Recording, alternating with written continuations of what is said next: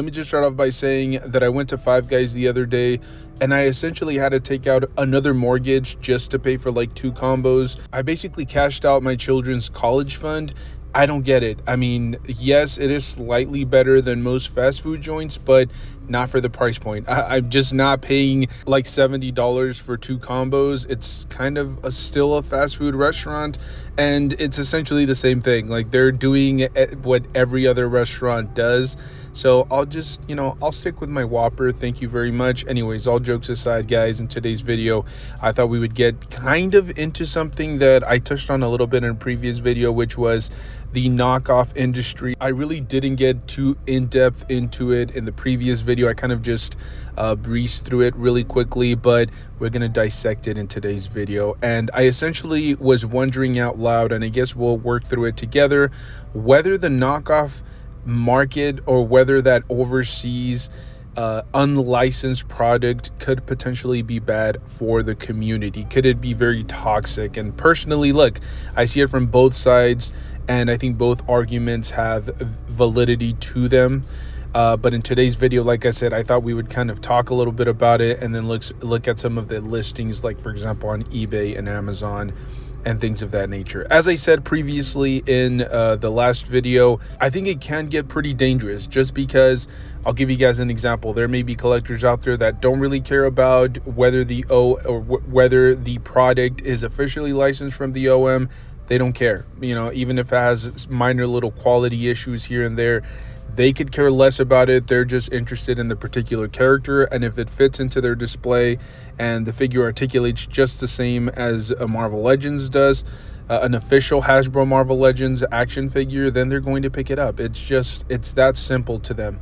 But there are a lot of people out there that are purists, and they're looking for something very specific. They're looking for a retro carded Spider-Man, for example, with the original colors, and or the Hasbro Pulse exclusive Venom. They're not looking for a knockoff, and there is a difference to them because they are purists and because they are looking to collect only Marvel Legends action figures.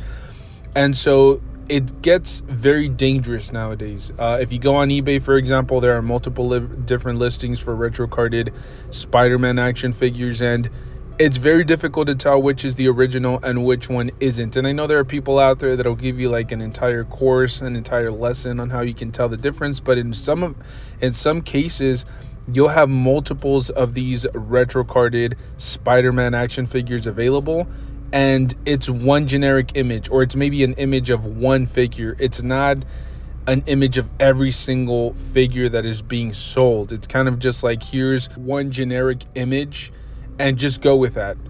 All the rest of them are going to be the exact same figure. And so if for any reason that particular seller decided to maximize their profit, they could actually just mix in some of the knockoffs or some of the unlicensed retro carded Spider-Man action figures in there. Or in some cases, and look, there's some variation when it comes down to the QC for these knockoffs, there is the small possibility, or I shouldn't even say it's a small possibility, it's a possibility that one of these knockoffs just hits it out of the park. Like they check every single box. Maybe the lettering on the retro card back is semi-accurate, maybe the bubble is in pretty decent shape, and the accessories are where they're supposed to be, because I think that's one of the bigger major talking points that people point to when it comes down to knockoffs. They usually say like maybe the alternate head is on the actual figure instead of the original one, so, or maybe the accessories are switched out. Maybe the fisted hands are on the figure instead of the open palmed hands. Simple little details like that usually go past the knockoffs or the unofficial QC department, whereas in, like, let's say Hasbro, they usually have higher standards for a lot of their figures. Everything has to be in a very specific way or manufactured a very specific way, and I think that's some of the main points that people usually look at when comparing a knockoff to an original one. Sometimes the lettering is a little bit lower, the bubble is warped a little bit or looks a little bit weird, the accessories are not where they're supposed to be at. Simple little things like that, but there is the slight possibility that there are some knockoffs out there that are close enough to the original one to the point where they actually bring into doubt which is the original one and which is the knockoff. And I think that's what collectors definitely do not want. And we see this pretty consistently on like Amazon and eBay.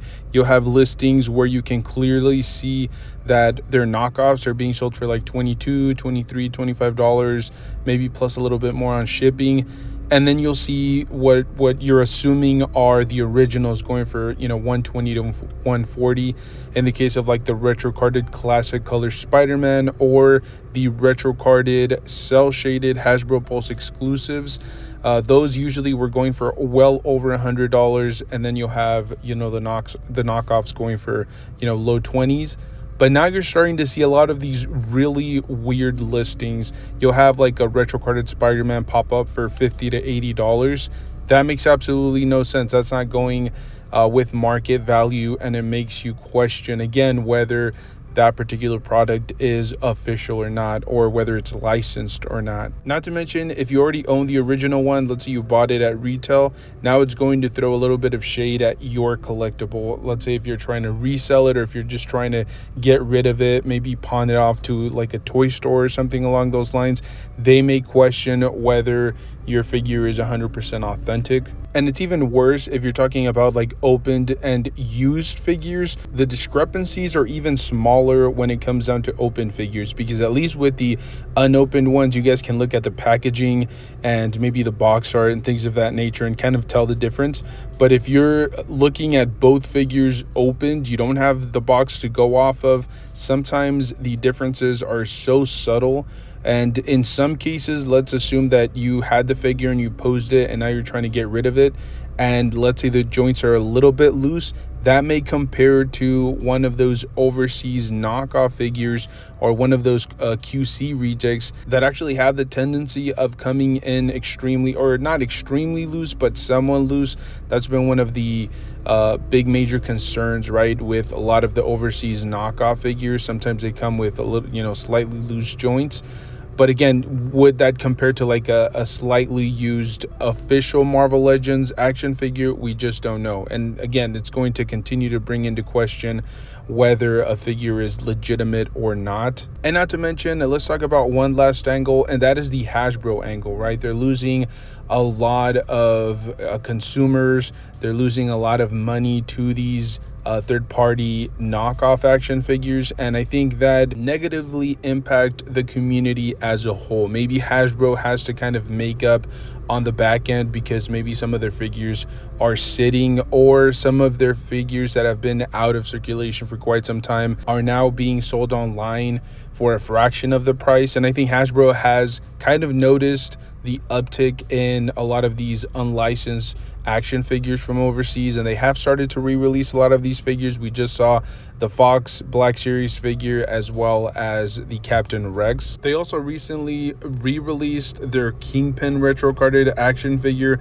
as well as the Green Goblin from that original animated retro carded wave. So clearly they're starting to realize that there's some potential to re-release some action figures that have gone up to astronomically high prices on the third party, but that can't be the case all the time. I mean, sometimes they're going to fall behind a little bit, and that could potentially in turn cause them to raise their prices, maybe because they feel that they're losing a lot of consumers, or they're losing quite a bit of money to these knockoffs. And yes, in a perfect world, knockoffs wouldn't happen. They would just be able to re-release anything that becomes incredibly scarce or anything that has demand. But you know, even for big companies like Hasbro, it's very difficult for them to throw something back into production. They have to stop producing whatever it is that they're doing at the moment, or you know, stop working on any waves, any newer figures, and then actually throw some older figures back into the mix. I'm assuming that it probably takes a lot of time and effort, and that's one of the main reasons why they don't decide to re-up a lot of these waves or a lot of these figures that are difficult to find. And by the way, I'm just thinking out loud. I'm not like the biggest Hasbro fanboy. I mean, I do enjoy a lot of their products, and I should clarify, if I ever did pick up any of these knockoff figures, I would do it just for the sole purpose of experimenting with them and being able to showcase it to you guys, just for the sake of making some cool content that people would be interested in, and then obviously comparing them to a lot of the stuff that we've received recently. So I wouldn't just be for the sake of, adding figures to my collection. I mean, none of these knockoffs are really things that I need like desperately into my display. I can always be patient and hope that they re-release it or give us an upgraded version of that particular figure. Like if they decided to re-release that retro carded Spider-Man, but with like the newer articulation, like I would be all over that. So in my personal opinion, there's no right or wrong. I do feel like there are consequences to there being that many knockoffs or that many unlicensed action figures out in the market, but I also see their value. In a lot of these situations, you do get like extra head sculpts that were not included with the original figure, or some extra cool accessories in certain cases. And then obviously you're able to get characters or action figures that in other situations you might not have been able to pick up because of how difficult they are to get out there, or you may have to pay triple digits for a lot of these figures. So like I said, I don't think that there's a right or wrong answer here, but I do feel like there are consequences. I do feel like there are ramifications to there being knockoffs available, and it all ties in together. Higher price points, very difficult to find authentic product for some of these figures, and then essentially I do feel like there is some harm to having these figures available. But that's just my personal opinion. That's my personal take. I could be wrong, let's be honest here. I have a very specific and unique perspective. Some people might see it from completely different angles. I'm very curious to see what you guys have to say. Let me know down below in the comment section, not only your personal opinion, but have you picked up any of these knockoff figures from AliExpress, from eBay, or any of these other places? What is the main purpose of these figures? Is it to like actually display them? Was it just an experiment? Or I've heard some people pick these up for like customization. You just pick them up, maybe throw some paint on them, or do something kind of crazy because you didn't spend as much, and in most cases they come with some QC issues here and there. Just very curious to see what the community has to say as a whole. At the end of the day, you guys are the ones that are going to decide if these figures are successful or not. So let me know. Thank you guys so much for tuning in. Stay tuned. We do upload pretty consistently a bunch of random action figure nonsense. At the moment, we're up to like 4 to 5 different videos on a weekly basis, and we want to continue upping it. We'll see how far we can get. So as always, stay safe out there and enjoy the hobby. Pose them, have fun with them, and I'll see you guys in the next one. Thank you.